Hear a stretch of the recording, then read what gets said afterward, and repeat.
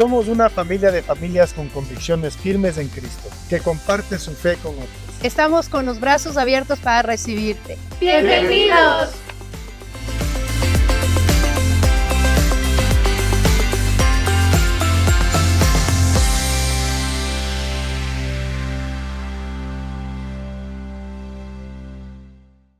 Hoy más que nunca, el mundo necesita familias que se levanten no solo para sobrevivir, sino para servir al Señor, para servir a nuestra comunidad. Familias que estén comprometidas no solo con el bienestar propio, sino también con el bienestar común de todos los que estamos aquí, de toda esta comunidad, de toda nuestra ciudad, de todo nuestro país.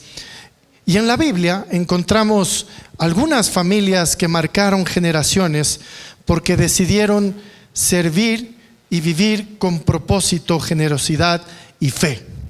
Así que el día de hoy, continuando con nuestra serie de ser una gran familia, vamos a tocar este tema y vamos a tener que trabajar duro, porque necesitamos tener un gran trabajo para poder ser una gran familia. Amén.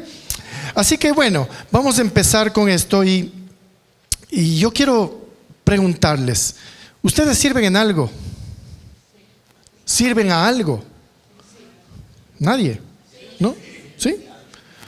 Yo creo que todos servimos a alguien o a algo, de cualquier manera, ¿verdad? Algunos sirven al Señor, algunos sirven en su casa, en la iglesia, algunos sirven a su familia, pero también hay aquellos que sirven al dinero, que sirven a la comodidad, que sirven al trabajo, que sirven al éxito o incluso a sus propias emociones. Pero sabemos que cuando nosotros servimos en cosas que no son perecederas, en cosas que son vanas, nuestro servicio va a durar muy poco tiempo y quizás se va a diluir. Pero en la palabra de Dios hay 4 ejemplos bíblicos de familias que sirvieron activamente a la comunidad. Es la familia de Obed-Edom, es la familia de Felipe el evangelista, la familia del manabita Onesíforo y por último la familia de Josué. Ellos decidieron tomar la mejor decisión. Y en esta prédica yo quiero destacar cómo cada una de estas familias, desde su espacio, desde su contexto, fueron instrumento para transformar a su comunidad, a su propio entorno. Y si nosotros queremos ser una gran familia, necesitamos tener un gran trabajo para lograrlo. Estas 4 historias nos enseñan a hacer este gran trabajo para el Señor. Y yo quiero empezar con 4 características de los hogares cristianos que hacen un gran trabajo a través de cada una de estas familias. Y la primera familia, como les decía, es la familia de Obed-Edom. Déjenme ponerles en contexto. La familia de Obed-Edom albergaba la presencia de Dios. Por eso es que la primera familia era un hogar que traía la presencia de Dios. Esto empieza cuando el arca del pacto fue robada por los filisteos y se la llevaron y después la devolvieron y hubo una familia que la encontró y vivió por muchos años en la casa de esa familia. Pero David toma la decisión de llevar el arca del pacto cuando la encuentran, de volverla a Jerusalén, al lugar donde pertenecía. Así que él va a retirar el arca y cuenta la historia bíblica que la subieron en una carreta. Subieron el arca del pacto ahí. Y el arca del pacto, como ustedes saben, representa la presencia de Dios misma, o era la presencia de Dios misma. Y entonces la suben en una carreta y cuenta la historia que en el camino los bueyes tropezaron y el arca del pacto iba a caer. Y este hombre que llevaba en la carreta se llamaba Usa. Y Usa mete la mano para que el arca del pacto no cayera al suelo y se dañase. Y dice que Dios eliminó a Usa. Y uno se queda rascando la cabeza, pero ¿por qué? Si era buena gente, no iba a permitir que el arca del pacto caiga al suelo y se dañe. Y uno dirá, ningún comedido sale con la bendición de Dios, ¿no es cierto? Pero resulta que Dios se enojó. Dios es un Dios celoso con las cosas de Él.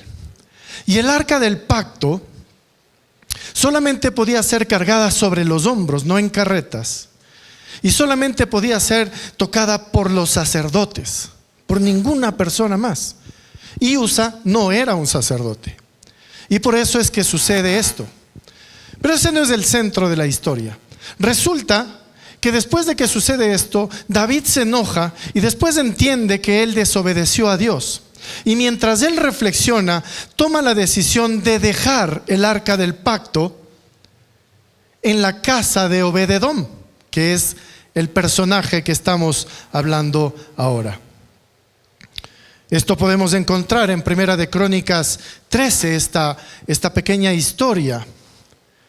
Cuando la presencia de Dios, el arca del pacto, vivió en la casa de Obed-edom, el texto bíblico cuenta que la casa de Obed-edom prosperó, que la casa de Obed-edom fructificó. Y eso es lo que pasa cuando nosotros hacemos de Dios lo primero en nuestras vidas, en nuestra casa.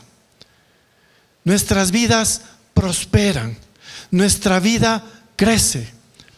Ahora, todo el mundo dirá, no, pues yo quiero ser como Obed-edom, yo quiero prosperar. Pero esto no es una prédica de la teología de la prosperidad, porque no es eso. Lo que estoy hablando es que cuando la presencia de Dios habita en un lugar, las vidas de las personas prosperan. Cuando tenemos lo que tenemos, lo administramos bajo los principios de la palabra de Dios.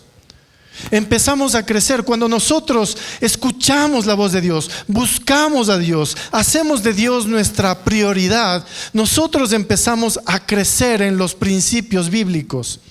Empezamos a manejar nuestra vida de una manera diferente. Empezamos a vivir los principios que nos hacen prosperar en nuestra vida, en nuestro comportamiento, en nuestro pensamiento. No se trata de dinero. Se trata de que todo lo que recibimos de Dios, nosotros lo administramos bajo los principios de Dios. Y cuando los manejamos bajo los principios de Dios, nuestra vida prospera. Nuestra vida crece. Nuestra mente cambia. Somos transformados en nuestro corazón. Nosotros sabemos que hemos hecho un gran trabajo en nuestras familias cuando la gloria de Dios es lo primero.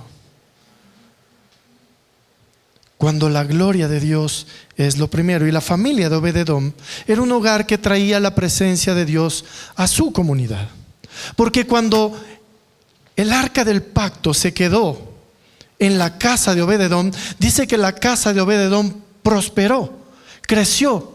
Y seguramente él también compartió de la bendición que él recibió con sus vecinos, con sus amigos, con sus hijos, con todo lo que había alrededor. Todo lo que él había aprendido de Dios lo compartió. Cuando él aprendió algo de Dios, prosperó en su corazón, prosperó en su conocimiento, prosperó en su vida. Él creció como ser humano, como persona, y eso le hizo una mejor persona con los demás, con la comunidad. Entonces, cuando la presencia de Dios vive en nuestras casas, vive en nuestros hogares, nuestra vida crece, nuestra vida prospera. Nuestra vida en Dios crece mucho más. Y cuando la familia se convierte en un santuario vivo de la presencia de Dios, toda la comunidad es bendecida.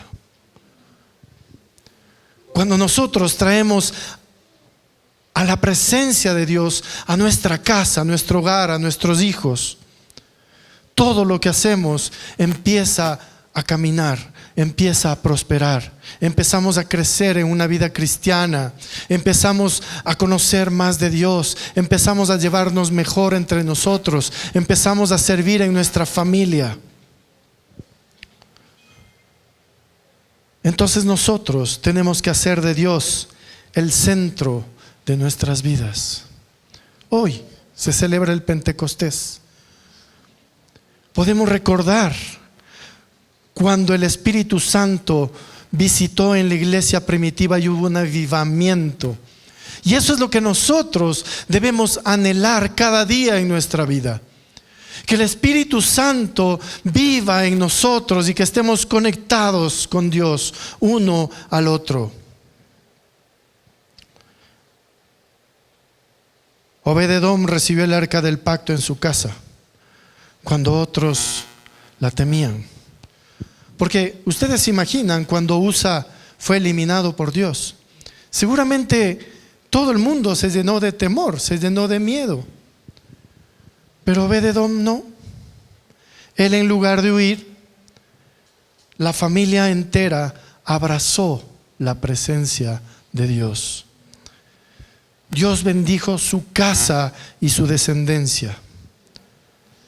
Y más adelante, en el texto bíblico cuenta que muchos de sus hijos y de sus nietos fueron porteros del templo, servidores, vigilantes, adoradores del Señor. En Primera de Crónicas 26 cuenta cómo su descendencia, después de este suceso de Obed-edom, su descendencia recibió esa información, recibió esa bendición, y ellos también hicieron de la presencia de Dios lo primero en sus casas, en sus hogares. Y si nosotros queremos una gran familia, lo que tenemos que hacer es que Dios sea el centro de nuestro hogar. Que la presencia de Dios sea lo primero que nosotros debemos buscar. Cuando traes la presencia de Dios a tu hogar, tu casa se convierte en una puerta de bendición, no solo para ti, no solo para tu familia, sino para toda la comunidad. Amén. La segunda familia era un hogar que trae formación espiritual. Es la familia de Felipe el Evangelista, que era un hogar que formaba en la palabra y hospedaba. En Hechos 21, los versos 8 y 9, dice lo siguiente: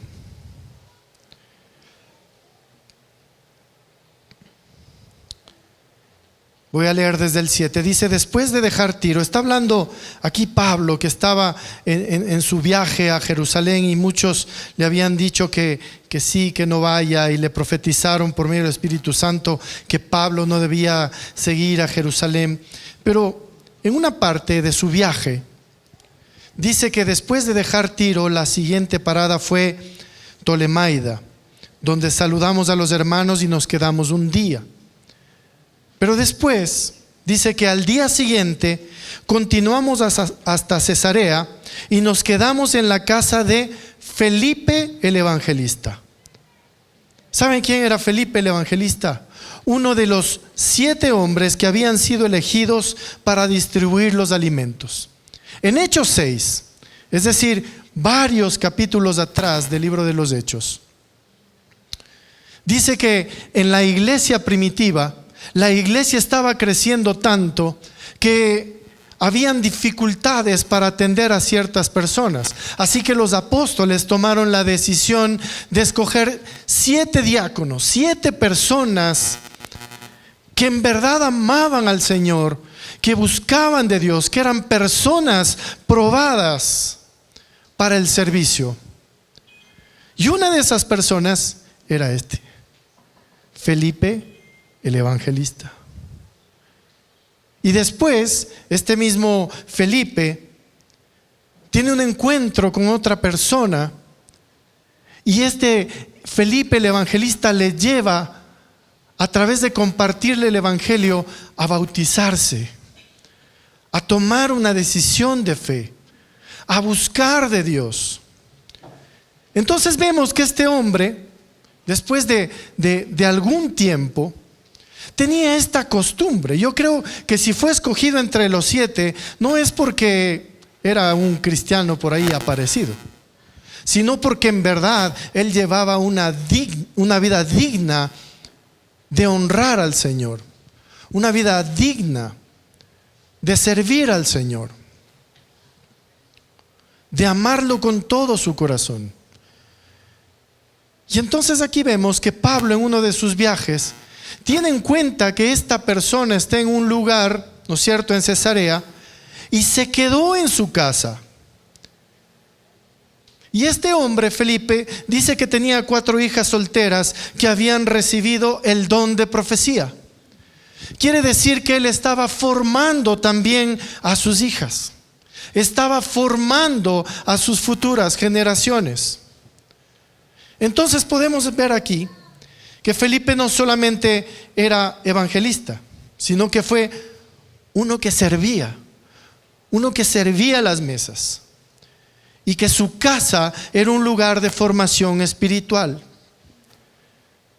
Dice que sus hijas profetizaban y él abría su hogar para recibir a siervos como Pablo. Su casa era un lugar de hospitalidad, de crecimiento, de palabra profética. Era un lugar de búsqueda de Dios.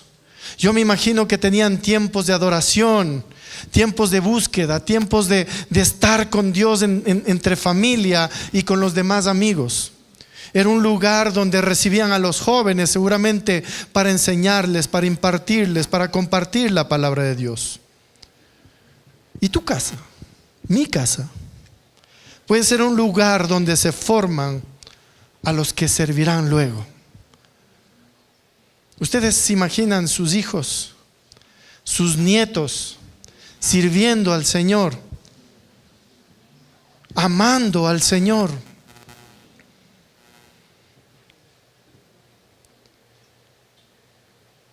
Nosotros tenemos que enseñar a nuestros hijos que la hospitalidad espiritual construye una comunidad y transforma vidas.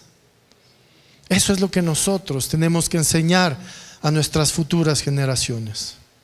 El otro día estábamos conversando con el pastor Leandro, trabajando en qué hacer en diferentes áreas de la iglesia, ver cómo trabajamos. Y una cosa que salió a la luz, nos preguntamos, ¿qué hacemos? Estamos compitiendo con los extracurriculares. Y que los extracurriculares están bien, por supuesto, desarrollar a los jóvenes en el deporte, algo tienen que hacer para distraer sus mentes, para crecer en sus cuerpos, en su mente, en su alma, está muy bien. Pero muchas veces nosotros sobreponemos los extracurriculares sobre la enseñanza espiritual de nuestros hijos.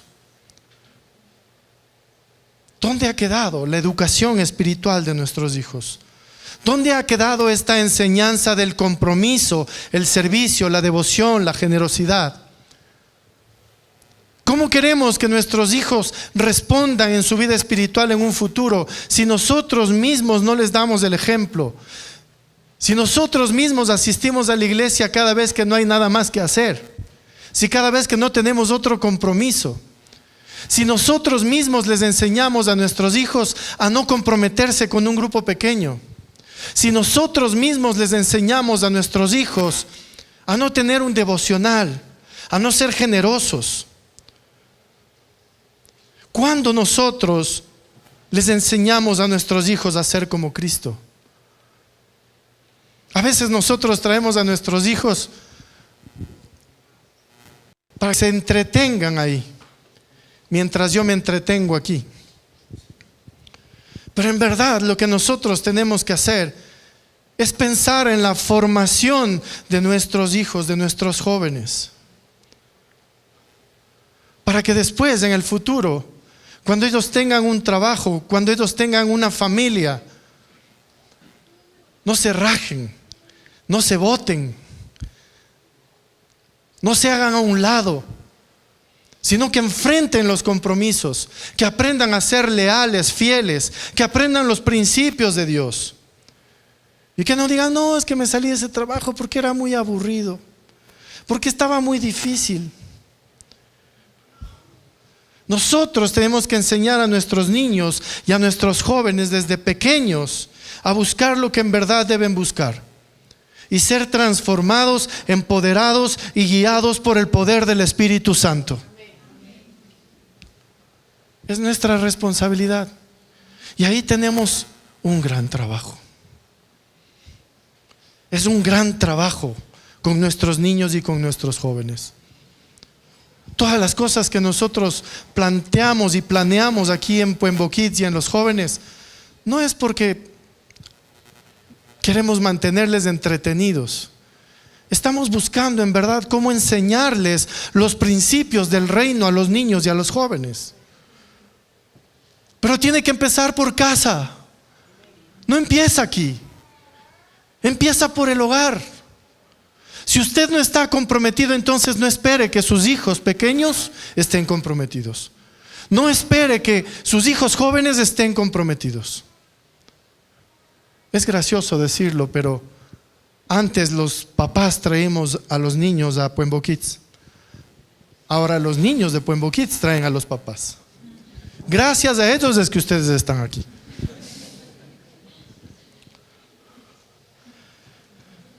Una familia que hospeda el propósito de Dios prepara el camino para la obra del reino de Dios. ¿Me escuchó? Otra vez.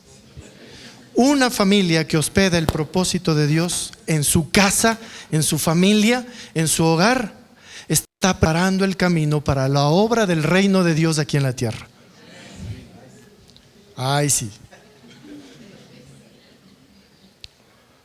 Pero si usted no hace nada, si usted no da el ejemplo, si usted no sirve, ¿cómo espera que sus hijos sirvan? ¿Cómo espera que sus hijos se apasionen por Dios?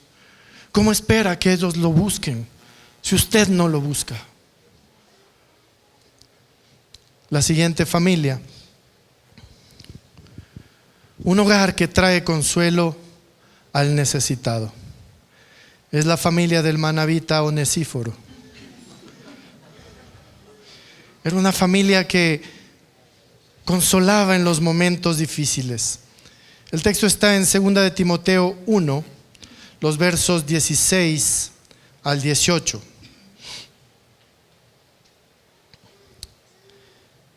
Aquí vemos que Pablo está, 2 de Timoteo, está aquí, está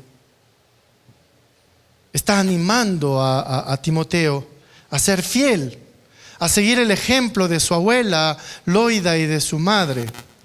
Le está diciendo que Dios no le ha dado un espíritu de temor y de timidez, sino que le ha dado un espíritu de poder, de amor y de dominio propio. Le está diciendo que nunca se avergüence de contarles a otros acerca del Señor, porque Él estará con Timoteo en todo momento.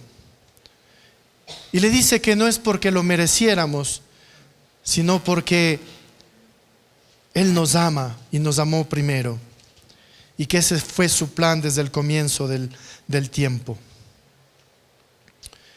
Y Él le dice, por eso estoy sufriendo desde aquí, desde la prisión, pero no me avergüenzo de ello, dice, porque yo sé en quién he puesto mi confianza.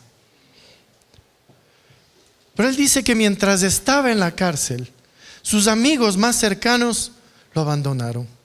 Ni se fijaron, ni les interesó lo que Pablo estaba pasando. Dice, como tú sabes, todos los de la provincia de Asia me abandonaron, incluso otros manabitas, Fígelo y Hermógenes.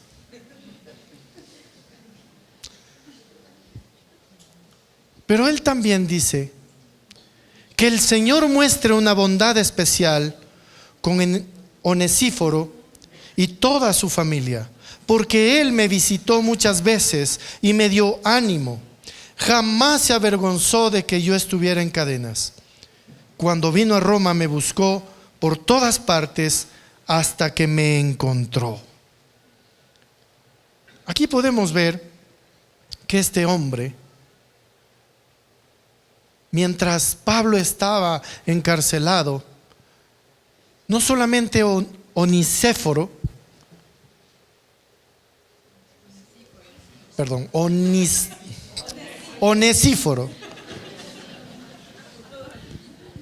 manavita, no solamente él no lo abandonó, sino su familia no lo abandonó. Quiere decir que él enseñaba a su familia a consolar a los necesitados. Él enseñaba la compasión a su familia, a los más cercanos. Y le dieron consuelo, le dieron ánimo y estuvieron presentes realmente cuando él lo necesitaba. Y sabe que ellos no estaban buscando reconocimiento. Ellos estaban buscando obediencia silenciosa, estaban buscando fidelidad a Dios. Este hombre no le dijo a Pablo: verás, Pablo, yo te voy a ayudar, pero ahí me pones en la Biblia. No estaba diciendo eso. No le importaba, él estaba realmente amando a esta persona. Amando a esta persona. El servicio no siempre es público o visible. A veces la familia más poderosa es la que sabe consolar. La familia más poderosa es la que sabe acompañar. La familia más poderosa es la que sabe sostener a los quebrantados. Son ángeles de carne y hueso que Dios usa en medio del dolor.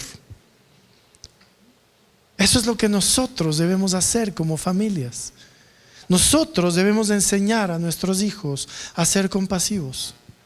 Yo conozco en esta comunidad muchos ángeles de carne y hueso que se duelen de las personas y van y los visitan, les ayudan, les abrazan, les aman.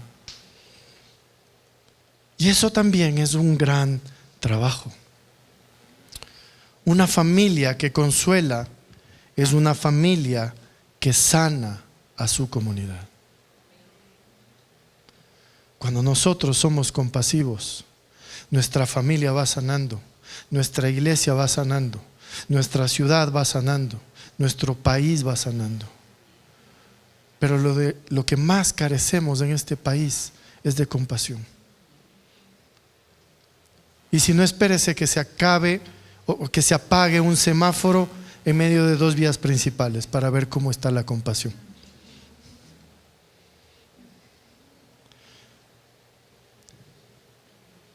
Cuando nos presentan estas tres familias, uno dice: sí, yo sí quiero que la presencia de Dios viva en mi hogar. Yo sí quiero enseñar a mis hijos, yo sí quiero ser compasivo. Sí, y salimos de aquí animados. Y al miércoles ya nos olvidamos.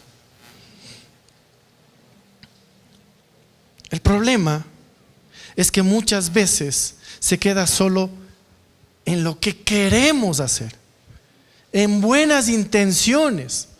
Sí, yo quiero bautizarme, yo quiero buscar de Dios, yo quiero leer la palabra, yo ahora sí me voy a levantar en la madrugada a orar.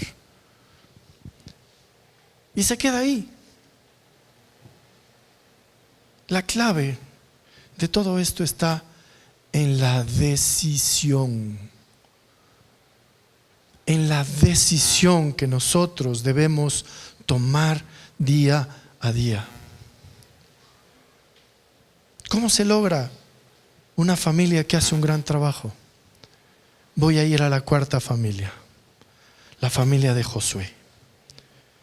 La familia de Josué era un hogar decidido a servir al Señor. decidido. La clave es la decisión. Josué, un líder de Israel, al final ya de su vida llama a todo el pueblo a tomar una decisión clara porque había estado adorando a otros dioses. Pero Josué, que era un buen líder y era sabio, le llama al pueblo y primero les recuerda lo que Dios había hecho por ellos. Les recuerda cómo les sacó de Egipto. Les recuerda desde Abraham hasta Canaán, todo el camino, todo lo que había pasado. Y les hace un llamado a decidir. Josué desafía al pueblo y les dice: elijan hoy a quién van a servir. O a su dinero, o a su trabajo, o a sus ídolos, o a quién van a servir. Tienen que elegir el día de hoy. Pero primero les recuerda de dónde les sacó. Y el pueblo dice: sí, tienes razón, Josué, tienes razón, pastor. Y el pueblo promete servir al Señor y desechar a estos ídolos. Y después, al final del capítulo 24, hace una renovación de este pacto. Y Josué establece un pacto y lo registra y pone una piedra como testigo de este compromiso, para que no se le olvide al pueblo. Porque hoy día podemos decir: ya sí, pastor, desde yo, ahora sí. Bueno, pero Josué hace un pacto y hace un monumento para que la gente recuerde el compromiso que hizo con Dios. El problema es que nosotros hemos endiosado al estatus y al trabajo.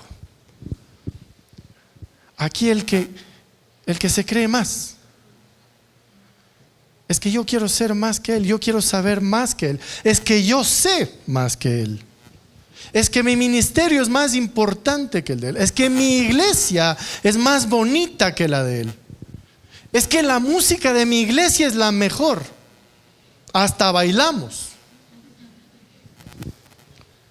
Hemos endiosado el estatus.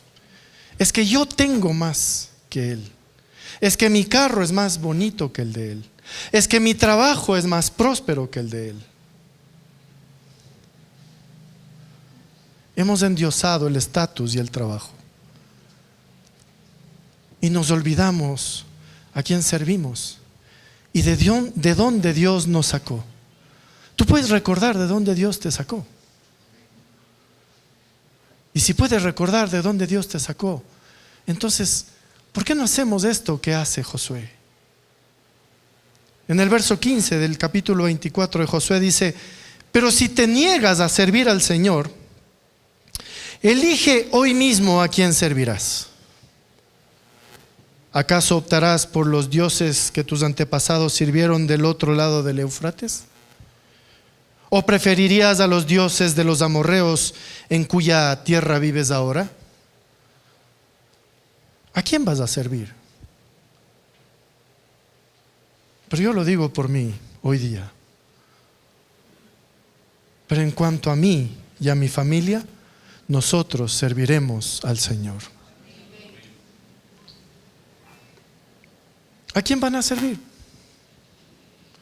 Josué aquí no les deja espacio para las dudas. Pero en cuanto a mí y a mi familia, nosotros serviremos al Señor. Pero ¿sabe qué? Para decir esto, a usted le hace sentido. Le hace sentido, ¿verdad? Mi casa y yo serviremos al Señor porque Él me ha sacado del lodo cenagoso donde yo vivía. Pero no queremos que se quede en la pared: mi casa y yo serviremos al Señor. Porque esto, para nosotros tener la autoridad para decirlo, debemos tener primeramente un compromiso personal. Por eso Josué les dice: elijan hoy a quién servirán. Y yo te digo, Alianza Puembo, elige hoy a quién servirás. Josué y yo no obligamos a nadie. Él nos llama a tomar una decisión consciente. Nadie puede servir a Dios por tradición, por costumbre o por presión. No. Por eso es importante que nosotros enseñemos a nuestros hijos y a nuestros nietos, a nuestros jóvenes. Tenemos que enseñarles a que tomen la decisión por su propia decisión. No por obligación, no por tradición, no por costumbre. Servir al Señor requiere una decisión voluntaria y personal. La fe no se hereda, se elige. Y la pregunta es, ¿tú ya decidiste servir a Dios de verdad? De verdad. ¿Decidiste servir al Señor? De verdad. Pero también necesitamos tener un liderazgo espiritual que empieza por nuestra casa. No empieza en la iglesia, empieza en la casa. Por eso Josué dice, yo y mi familia. Es una decisión que el liderazgo espiritual debe tomarse en casa. Josué no solamente se compromete él, sino que también intercede, guía y representa a su hogar. Y el verdadero liderazgo no se basa solamente en hablar, sino en dar ejemplo. Las palabras animan, pero el ejemplo arrastra, dice. Cada uno de nosotros podemos influir espiritualmente en nuestra casa. ¿Sabe qué? La casa, nuestro hogar, es el primer campo misionero que nosotros debemos tener. Antes de pensar ir a las naciones, tenemos que empezar por casa. No sacamos nada si nuestros hijos están perdidos. No sacamos nada si nuestra juventud está perdida, si nuestros hijos no conocen a Dios. Y mi pregunta es, ¿eres de influencia espiritual en tu hogar? ¿Estás guiando o estás arrastrando? Servir al Señor es una decisión diaria, de todos los días. Por eso Josué dice, serviremos. Es continuo. No dice, voy a servir hoy. O no dice, servimos. Dice, serviremos. No dice, vamos a servir. Ya tomaremos la decisión cuando pensemos, cuando me anime, cuando todos los astros se alineen. Ahí voy a servir. No dice eso. Serviremos continuamente al Señor. Y fíjese que no dijo creeremos, o no dice visitaremos el templo, vendremos cada domingo. No dice eso. Dice serviremos continuamente al Señor. El servir implica acción, implica obedecer, amar, ayudar, vivir en Él, vivir para Él. Y esta decisión no se toma una sola vez. Esta decisión se la toma cada día, en cada situación, en todo momento. Servir al Señor es mucho más que un culto, es mucho más que venir aquí.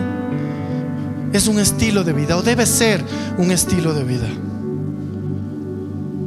La pregunta es, ¿estás sirviendo a Dios activamente? ¿O solo estás creyendo pasivamente? ¿Qué está pasando en tu vida hoy? Podrías decir, así como Josué, ustedes hagan lo que quieran, ustedes adoren a quien quieran, pero en lo que se refiere a mí, yo y mi familia serviremos al Señor. Estas familias fueron muy diferentes entre sí en diferentes épocas. pero compartieron algo en común. Un servicio que impactó más allá de sus muros, más allá de sus casas, más allá de sus hogares. Ellos no esperaron las condiciones ideales. No esperaron a que algo pase, baje un ángel, me diga lo que tengo que hacer. No, ellos no esperaron a eso. Ellos se activaron con lo que tenían. Lo que tenían hoy en su mano, ellos lo activaron para empezar a servir al Señor. Cada uno en diferentes circunstancias, de acuerdo a los dones, de acuerdo al llamado que Dios les había hecho. Pero todos se activaron con lo que tenían. Yo quiero animarte, amada familia, a revisar tus prioridades. ¿Qué ocupa tu tiempo? ¿Qué ocupa tu corazón? ¿Qué ocupa tu energía? Yo te animo a hacer hoy un compromiso personal, para que tú puedas declarar, así como Josué, yo serviré al Señor. Ora por tu familia.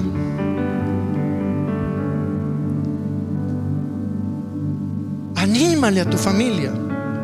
Vive tu fe en casa. Que tu familia vea a Cristo en ti.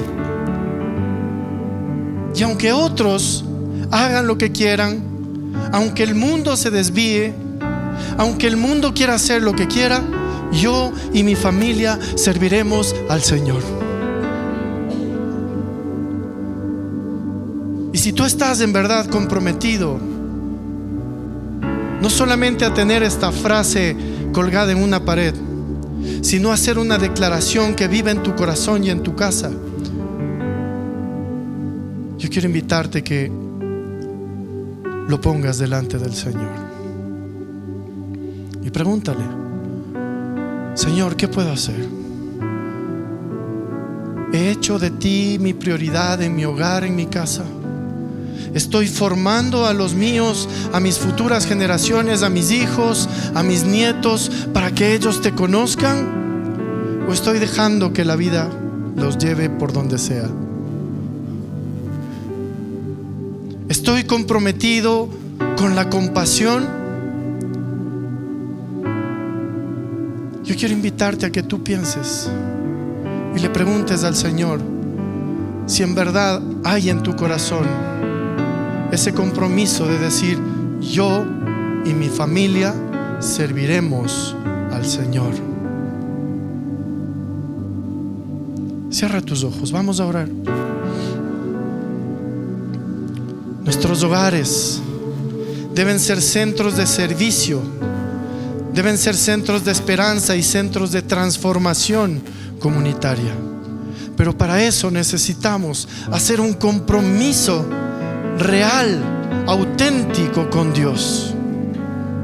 Y yo quiero que tú cierres tus ojos y empieces a orar y le digas: en verdad, Señor, estoy haciendo esto delante de ti, te estoy agradando con esto. Voy a dejar que tú ores ahí un momento. Y mientras tanto, yo quiero preguntar si hay alguien aquí que no ha conocido al Señor, si no ha aceptado al Señor Jesús como su Señor y Salvador. Yo quiero invitarte a que tú lo hagas el día de hoy. Si tú quieres conocer a este Dios real, a este Dios auténtico, a este Dios práctico, yo quiero invitarte a que tú pongas tu mano en el corazón y que puedas hacer esta oración conmigo. Y dile: Señor Jesús, el día de hoy yo me comprometo delante de ti, Señor, a seguirte. Señor Jesús, yo sé que te he fallado, sé que he pecado, pero Señor, el día de hoy yo quiero que tú vengas a habitar en mi corazón y que seas mi Señor, mi Salvador. Yo creo y confieso que tú moriste en una cruz por mis pecados y sé que tú resucitaste al tercer día para darme salvación. Por eso vengo delante de ti y me arrepiento de todos mis pecados. Y yo sé que tú estás ahí presto para perdonarme inmediatamente. Y quiero pedirte, Señor, que tú llenes mi corazón, que tú me llenes con tu Santo Espíritu, que vengas a morar en mí, Señor. Y yo me comprometo a partir de hoy a buscarte. Yo me comprometo a ser un hijo tuyo. Yo me comprometo porque sé que ahora soy amado y que tú me has perdonado. Y te doy gracias, Señor, en el nombre de Jesús.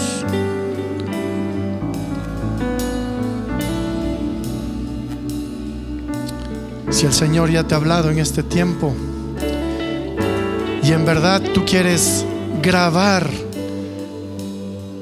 este pasaje de Josué 24:15 en tu corazón y estás en la disposición de decirle al Señor y de decirle al mundo y de decirle a todas las personas: yo no sé ustedes lo que van a hacer, pero mi casa y yo serviremos al Señor. Si tú estás dispuesto a hacerlo, ponte de pie y levanta tus manos al cielo y dile: Señor, aquí estoy.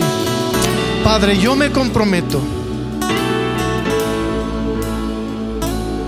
Y Señor, delante de ti, delante de esta comunidad, yo quiero decirte, Señor, que yo y mi casa serviremos al Señor.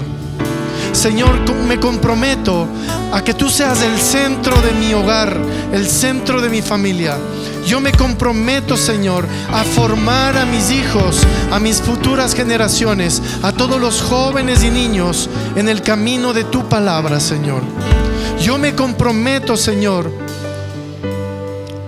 a ser compasivo y a enseñar compasión. Señor, el día de hoy yo hago una decisión personal. Yo hago una decisión, Padre, que me va a llevar a cumplir con este propósito, Señor. Y desde hoy yo quiero ejercer este liderazgo espiritual en mi familia, Señor. Y voy a tomar día a día la decisión de servirte.